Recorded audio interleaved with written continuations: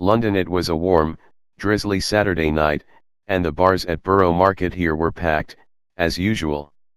Tucked below an off-ramp of London Bridge, near the banks of the Thames, the market is a warren of narrow streets populated with trendy bars and restaurants, where some people had just finished watching the Champions League soccer final. Then came the loud bang of a crashing van. Then came 3 men slashing at patrons with knives.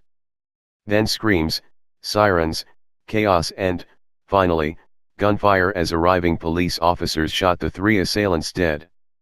We heard a massive bang, one witness, Andrew, told the LBC News Channel late Saturday night. He had been standing under an umbrella outside a bar when the attackers rushed in. I turned around on the right, and there was a guy with a big knife, I mean a big knife. Andrew said he jumped over a small fence, ran a distance and then hid behind a bush. There was already a dead guy laying on the floor, he said. As he set out running again, Andrew shouted at people to flee. I told every bar and restaurant on the way, get out of here. Everybody, out. Out. Out. We saw the white van that apparently rammed into people, she added. As victims lay strewn on the bridge, the van crashed into a guardrail along an off-ramp above Borough Market. 3 men jumped out carrying long knives and raced into the market area.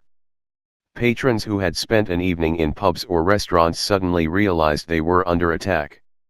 A huge group of people started running towards us, said another witness, Graham Forrester, who was in a taxi arriving at Borough Market as the attack unfolded. One woman screamed at my cabbie, telling him to turn around. One guy fell over really badly, while he was running, and I saw a pool of blood on the pavement. A group of young girls, dolled up for the night, were running in their high heels, crying. The rampage lasted only 8 minutes before police vehicles arrived at the scene.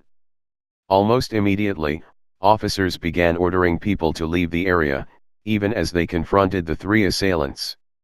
Each of the men was wearing what appeared to be an explosive vest, but those turned out to be fake.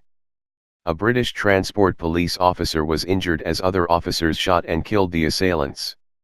No one knew if the attack was over, or if other assailants remained at large.